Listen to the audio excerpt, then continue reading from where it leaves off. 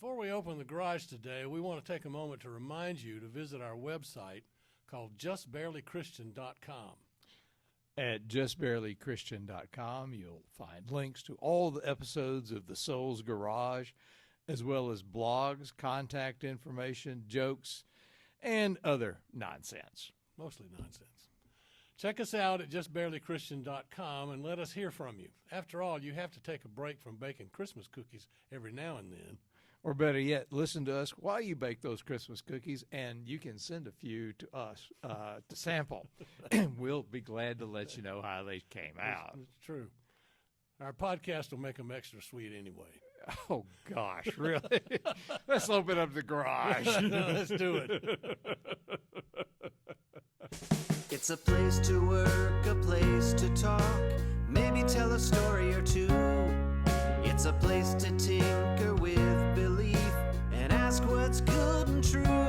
There are things to keep and things to toss or see them differently. You'll find us in the Soul's Garage. Come share a laugh or three. The Soul's Garage, the Soul's Garage. Whatever your model of faith, let's question, ponder, wonder why on any path you take. If you listen to the opening line, you gotta admit, we ain't quite right. We never claimed to be. But we're opening up the garage door today, so hello and welcome to the Soul's Garage. I'm David Ezekiel. And I'm Paris Donahue. And we've opened the garage door to hang out with you and tinker with this vehicle called faith in order to keep it running smoothly in all of our lives. Now, both of us come from storytelling cultures, and most of the stories have some basis in fact. But when more or less, yeah. Some of them are really true. I've got family stories that some of them, which no joke, I'm the only one who really knows whether they're true or not. And you'll take the secret to your grave with you.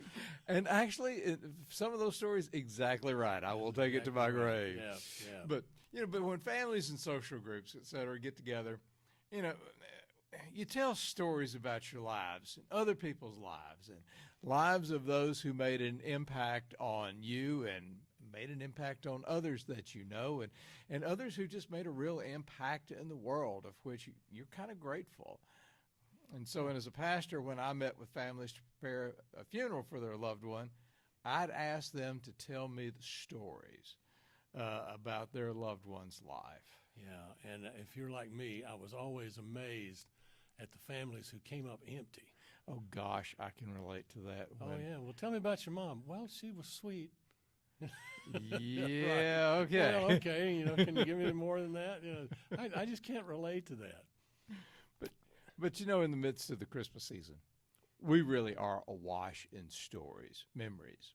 Some of them good, some of them bad. And they're woven into our lives now. Yeah, so rather than wax and wane eloquently, as we normally do on some esoteric topic today, like how many wise men visited baby Jesus in the manger, and you know the answer to that, right? Of course. There was Shadrach, Meshach, and Abednego. No, wait a minute. No, that wasn't. That was Mo, Larry, and Curly. Anyway, we thought rather than delve into that kind of esoterica, we'd just share some of our own stories, and then maybe do a quick dive into the question of so what, and then leave you to your holiday celebrations. So you got a story, David? I got a story, Paris. Which one do you want to hear? Let's start with one that's true and one that's not true, and then go to mostly true. Well, actually, for the aspect, the stories that you and I were talking about this, the stories that I prepared, they really are true. Sure. And as I was looking through these, a lot of them have a similar theme to them, and they make a difference to me. Like, I remember one. It was the look of sheer joy on my wife's face when she and I and her boss went shopping for a struggling family It was a single mom with 5 kids, so that they could have at least decent Christmas that year. We got them presents of warm clothing and got them some bicycles and such. And I just remember this is one thing that I remember particularly well. I remember the buzz of excitement that occurred. She was working for a small company, and they decided that this was a good thing to do.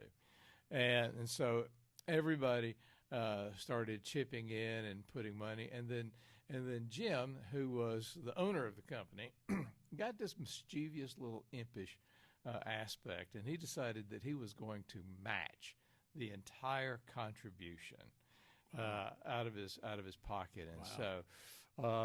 And so Jim had one of these big, humongous SUVs. I mean, it was so big you almost had to take it to the airport to turn it around. But one evening we went.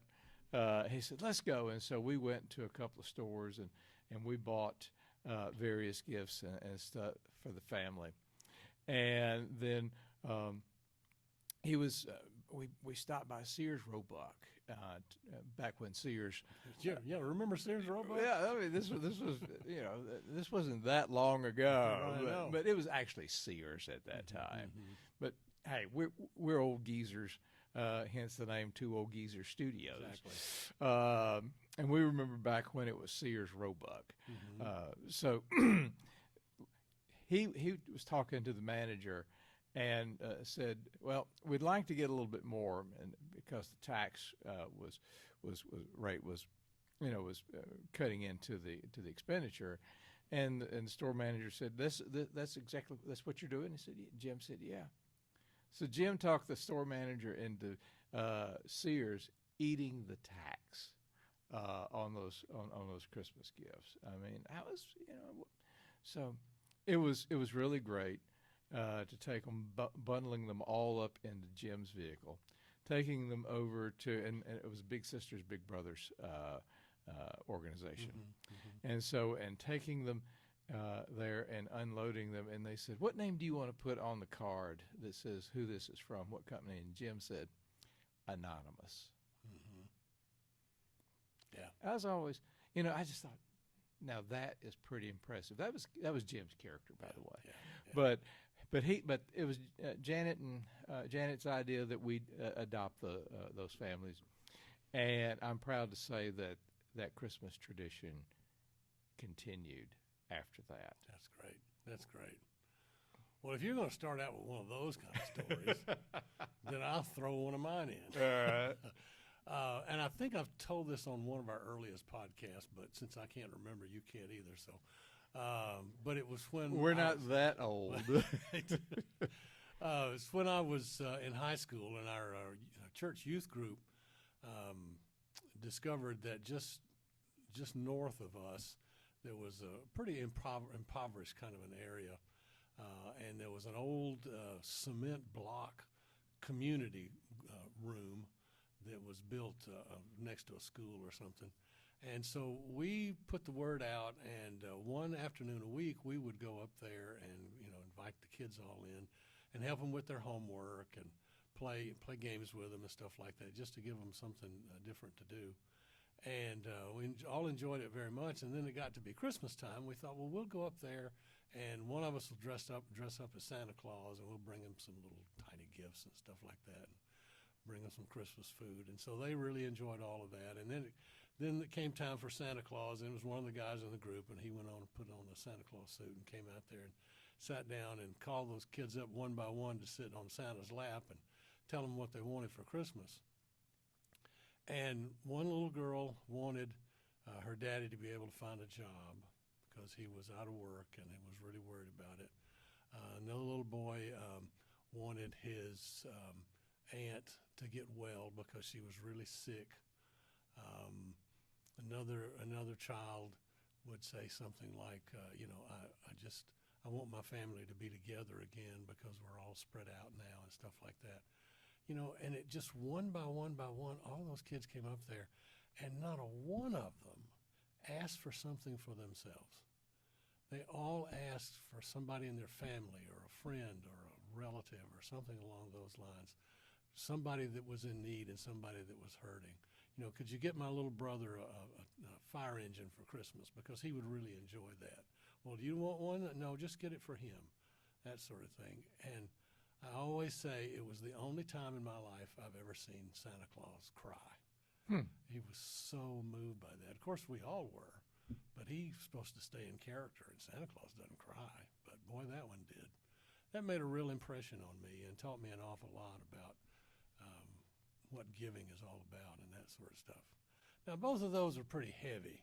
So, so let me tell you one that's not quite so heavy. Tell us one that's kind of lighthearted. I will. For a number of years when I was growing up, my mother and two sisters and I lived with my maternal grandparents. And one year at Christmas time, Christmas Eve, we were hanging up all of our stockings. We didn't have a working fireplace, so we just hung them up on the piano. I don't know whose idea that was. But so we were hanging them up and all this kind of stuff. And all of a sudden, my granddaddy came in with a pillowcase, not a stocking, a full-fledged pillowcase, and hung that pillowcase up on the piano and put a sign on it that he had written that said, and I quote, "Dear Santa, please bring me lots of toys. I am 9 years old. Signed, Granddaddy." Okay. And we said, Santa Claus is not going to believe you're 9 years old if you say that your name is Granddaddy. And he says, no, it'll be fine. And we tried, well, we thought, oh, Granddaddy was just losing it. You know, he's old, can't figure things out. And I want to tell you, Christmas morning, walked in there, and he had a present in that stocking, and it was one of the things that I asked for. I was rather nonplussed. I wound up with it in the end. But I thought, of all things, call yourself Granddaddy and tell him you're 9 years old, and it worked. Santa Claus must be a real soft touch. Nonplussed, does that mean you were minused? Don't ask me. I'm terrible at math. All right. Well, speaking of Santa Claus and stockings, I'll tell you one that I did back in college one year. My roommate and I, we got a pair of women's pantyhose. I like the story already. And we hung them out the window in our dorm room. Mm-hmm. And we put up this sign that says, "Dear Santa, please fill these appropriately." That sounds like a bunch of college guys.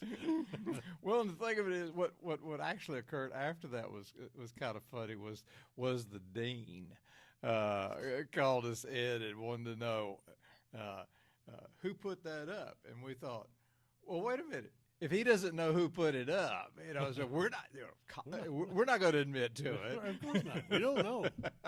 We'll look around. Who, me? Right.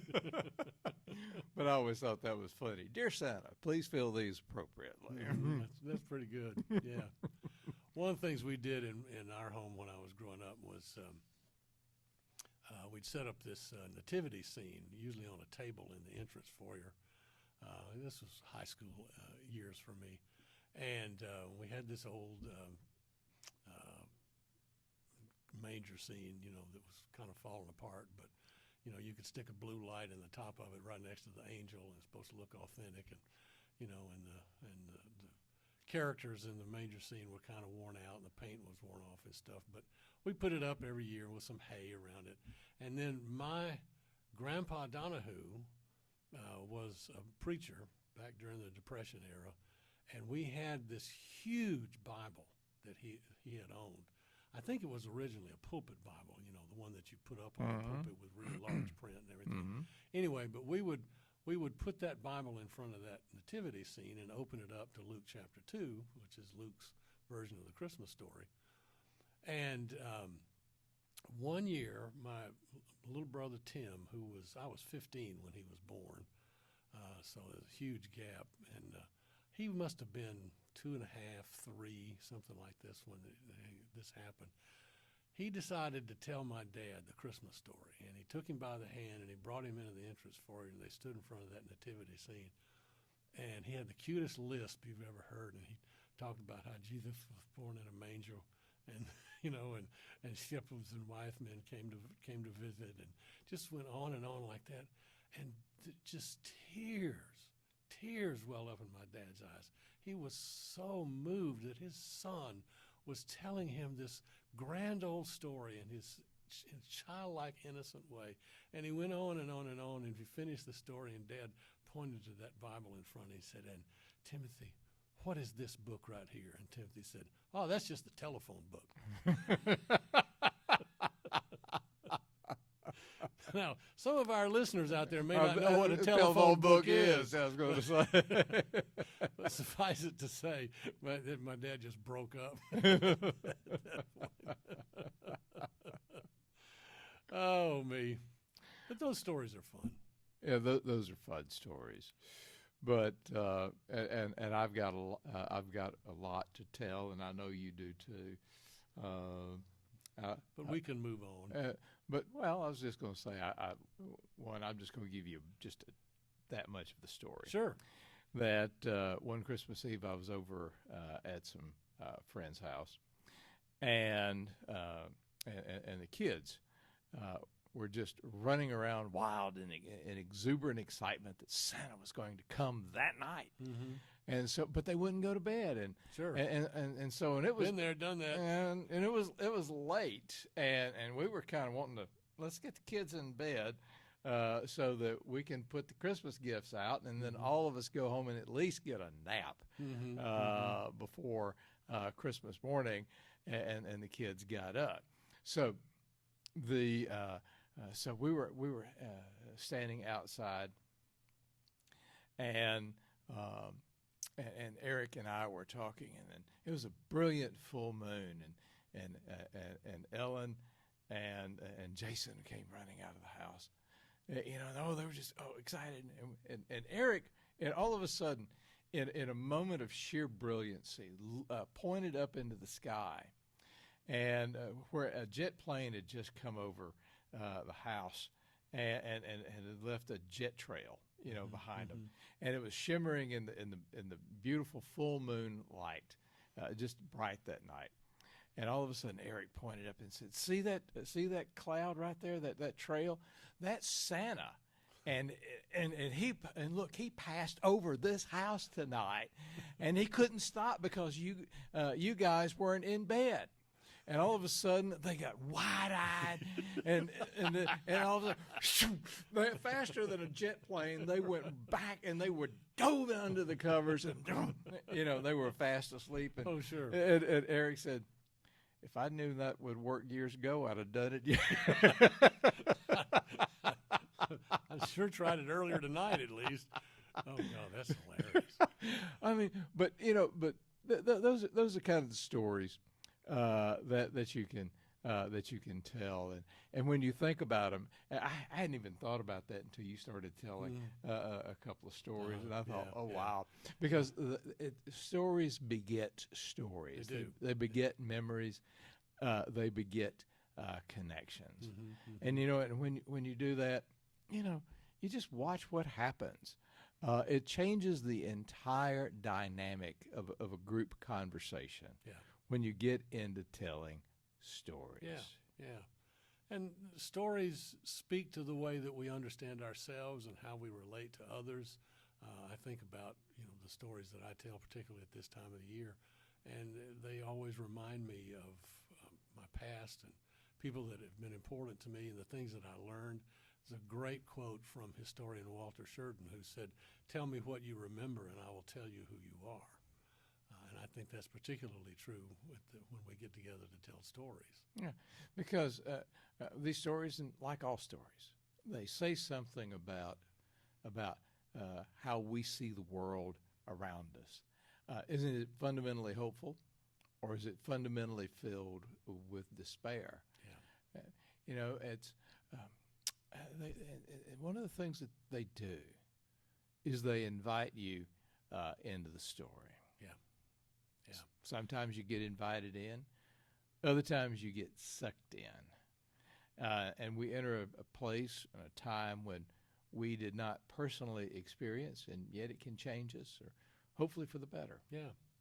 So here's the bottom line, we think. Whatever else this season is for you, it's first and foremost a story. It's a story that people of Christian faith and people of other faiths and people of no faith at all have been intrigued by or drawn to over the centuries. So we invite you this time of year to enter into the story, not to try to reconcile it with history, but to feel its message of hope. Yeah, I'll give you a good one. If it's kind of heavy, do you mind if I do that? That's all right. I'll take a nap. Wake me up when it's over. All right. One year, we were in church, and it was Wednesday night. And we were having our fellowship supper, and all of a sudden, we got this knock on the door. Somebody wanted to come in, and there was this bedraggled family that walked in, and all of a sudden, and they were looking, for something to eat, or or needed a little help, and they kind of had that forlorn, beleaguered look about them, and the rest of us, we're just kind of sitting there and just thinking, we're staring down at our shoelaces, studying how they were tied, because we really didn't want to talk to them or get involved with them or anything like that. Right. But somehow they just by their appearance suck you into the story. Mm-hmm. So Leona gets up and she says, "Well, let's see what they need." And then Shirley Patterson gets up and goes with her. There's just some folks that just won't leave you alone, and let you get back to the important business of shuffling whatever papers we were trying to shuffle that evening. Sure. Around. But anyway, they'd come from come from someplace up north. I think it was Michigan, and they were wanting to go south, maybe Florida or south of Georgia or something like that. They were looking for work, and they said that and at least it was warmer down there than it was where they came from up north, and so anyway, and that their truck had run out of gas, and as they had come through the Macaulay Tunnel, and so they kind of managed. It was a little slope downhill, and so they managed to push it a little bit and at least get it towards the church. And they saw our church building, saw the lights on, so they come in and take a chance. And so they did. And well, we gave them, since we were having dinner that evening, we fed them a meal there that evening, and they asked if we could. We could put them up for the night. They'd just be glad to sleep in the church. And somebody said, "Well, there's policy that we don't allow people to sleep in the church." And someone said, "Well, that policy got violated every Sunday morning." In the worship service, during the pastor's sermon. Hey, what can I say? But so we Clave took them to a motel, got them some gas, and we gave them a little extra folding money. Fred made sure we had a fund called the Rollins Fund, and Fred made sure that occurred. But thinking back on it, over the years, I got sucked into that story, and I remembered that ever since, because I believe he said his name was Joe, and then it was only after they were gone that I recognized maybe who this Joe was. It was maybe Joe and of the Christmas story that had come through, and so and I'm trained in the aspects of recognizing encounters with the great mystery, with the Holy One of the universe, and something, I look at that and I realize that I have missed that encounter every time. I only realize it afterwards that this was something, and so those kind of stories personally have shaped me and changed my outlook. And I'll say it really like this: ever since that one particular encounter, I have looked harder every year to see the face of God in in the people that I meet, because maybe, just maybe, I'll meet the Holy One again next year. You know, it occurs to me as I'm listening to you tell that story that we talk about being sucked into the story. Mm-hmm. And you get sucked into the Christmas story, and it all of a sudden occurs to you that the people like you're talking about were the very people who were involved in that story. Yeah. They were not the rich and the famous. They were not the powerful. They were not the ones who thought they were calling the shots. They were the people on the margins of society. Mm-hmm. And you get sucked into that Christmas story, and then all of a sudden you begin to see people like you're talking about. And, you know, and a lot of them are named Joe, and a lot of the women are named Mary. Mary, yeah. Yeah. You know, and the whole aspect is not to debate the finer points of the Christmas story or stories in Matthew and Luke, and and to try and figure out all of those aspects. The real thing is to figure out the mystery that's occurring around you. Yeah. And so I'll give you the so what here. Sometimes this Christmas season, look and see maybe in the Dollar General type stores, Family Dollar, or maybe even in the grocery store or the Walmart or whatever, some family that is struggling to pay bills, or some family that is trying to just get enough food to put on the table. Take out your debit card or take out your credit card. Walk over to the pen pad, just plump it down on the thing and just say, here, I need the points for my credit card this season, and then turn and walk off. Mm-hmm. Mm-hmm. Yeah. Those are just some teasers for you for this season, and you might want to contemplate them as you hear the story again and again. As always, we'd be glad to hear from you. We want you to send us your thoughts and ideas and your stories, because we love stories. We'd be glad to address them possibly in a later episode. So contact us at soulsgarage@gmail.com or through our website, justbarelychristian.com. And since I'm a minister, can I close this? Since this is Christmas, can I close this at least with a benediction? Absolutely. All right. If you want to do something religious like that, go ahead. This is a benediction that I usually give at the Sunday before Christmas or Christmas Eve, and it's something along the lines. And I have my congregation engage with me in this, and it goes something like this: Almighty God, your Son has come to be a part of our world, and we rejoice that He's here. He has your eyes, and He has seen us. And He has your mouth, and He speaks to us. And He has your heart, and He cares for us. Help us to receive Him with joy so that the light He brings may fill our lives. And let us reflect that joy to all today and through all the days ahead to the world. And so the blessing that I give after that is, may the star of Bethlehem, which shone brightly over the first crib, stand guard over your home, filling it and all the earth with light and peace. Wow. Amen. That's great. I wish I'd said that.